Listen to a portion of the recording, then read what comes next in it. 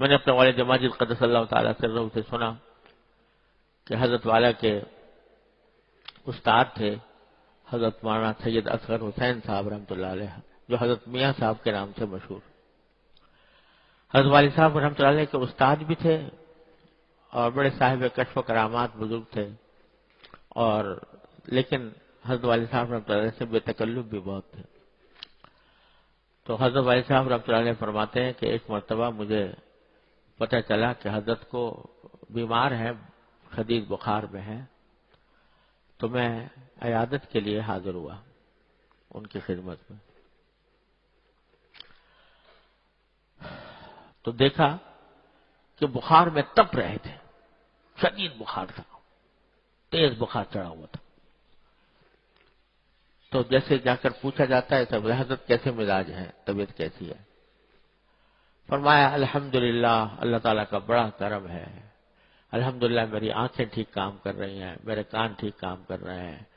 میری زبان ٹھیک کام کر رہی ہے، اللہ تعالیٰ کا شکر ہے مجھے فلاں بیماری نہیں ہے۔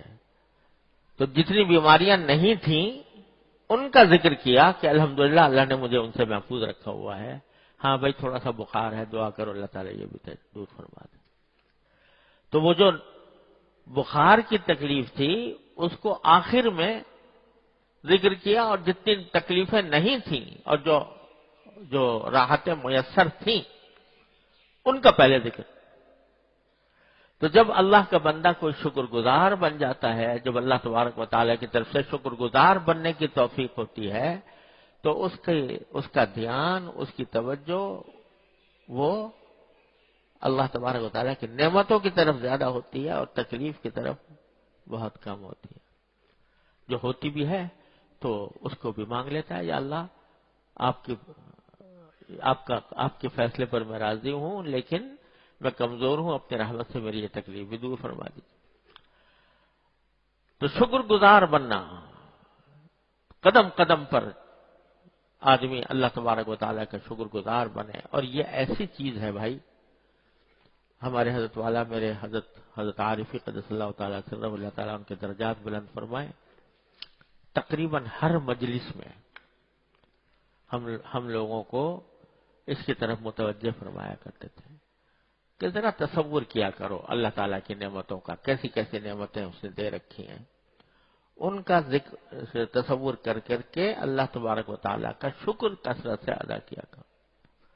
جب کسی بندے کو اللہ جل جلالہ کے شکر کی توفیق ہو جاتی ہے، شکر گزار بننے کی توفیق ہو جاتی ہے، تو در حقیقت اللہ تعالیٰ کی معرفت کے دروازے اس پر کھل جاتے ہیں۔ یہ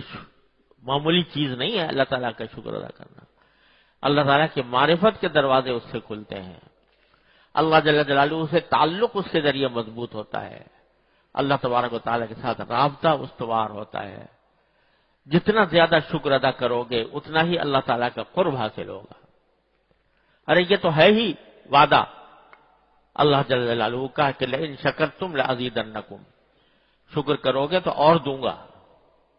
جس نعمتوں پر شکر کرو گے تو اور نعمتیں عطا کروں گا، یہ تو وعدہ ہے ہی، وہ ملیں گی انشاءاللہ۔ لیکن سب سے بڑی بات یہ ہے کہ شکر کی کثرت سے بندہ اپنے پروردگار کے قریب ہوتا چلا جاتا ہے، قرب نصیب ہوتا ہے اللہ تبارک و تعالیٰ، اللہ تبارک و تعالیٰ کے ساتھ تعلق مضبوط ہوتا ہے، شیطان سے حفاظت ہوتی ہے۔ شیطان جو ہے نا، اس کا سب سے پہلا حربہ جو ہے بندے کو ناشکرا بنانا ہے، سب سے پہلا حربہ۔ اور اسی لیے اس نے جب اس کو نکالا جا رہا تھا وہاں سے جنت سے، تو اس نے جو دعوے کیے تھے کہ میں ان بندوں کے اوپر دائیں سے آؤں گا اور بائیں سے آؤں گا اور اوپر سے آؤں گا اور نیچے سے آؤں گا، دائیں سے بائیں سے آگے سے پیچھے سے چاروں طرف سے آؤں گا، یہ اس نے دعوے کیے تھے۔ تو کیا کہا تھا؟ وَلَا تَجِدُ أَكْثَرَهُمْ شَاكِرِينَ، میرے اس حملے کا نتیجہ یہ ہوگا کہ اکثر لوگوں کو آپ شکر گزار نہیں پائیں گے۔ تو ہمارے حضرت فرمایا کرتے تھے اس سے معلوم ہوا کہ شیطان کا حملہ سب سے پہلے یہ ہوتا ہے کہ بندے کو شکر سے ہٹائے، اور شیطان سے حفاظت کا سب سے بڑا راستہ یہ ہے کہ اللہ تعالیٰ کا بندہ شکر گزار بن جائے۔ اس لیے سرکار دو عالم صلی اللہ علیہ وسلم نے یہ دعا تلقین فرمائی کہ میں اے اللہ آپ سے مانگتا ہوں، آپ کی نعمتوں پر شکر مانگتا ہوں، شکر کی توفیق مانگتا ہوں، کیونکہ ہر ایک آدمی کو یہ توفیق نہیں ہوتی، اللہ بچائے، اس کی نگاہ ہمیشہ ناگوار چیزوں پر رہتی ہے کہ میرے ساتھ یہ ہو گیا، میرے ساتھ یہ ہو گیا، میرے ساتھ یہ ہو گیا، اسی کا رونا روتا رہتا ہے۔ لیکن جب بندے کو اللہ تعالیٰ شکر کی توفیق عطا فرماتے ہیں تو اس کی نگاہ نعمتوں پر جاتی ہے۔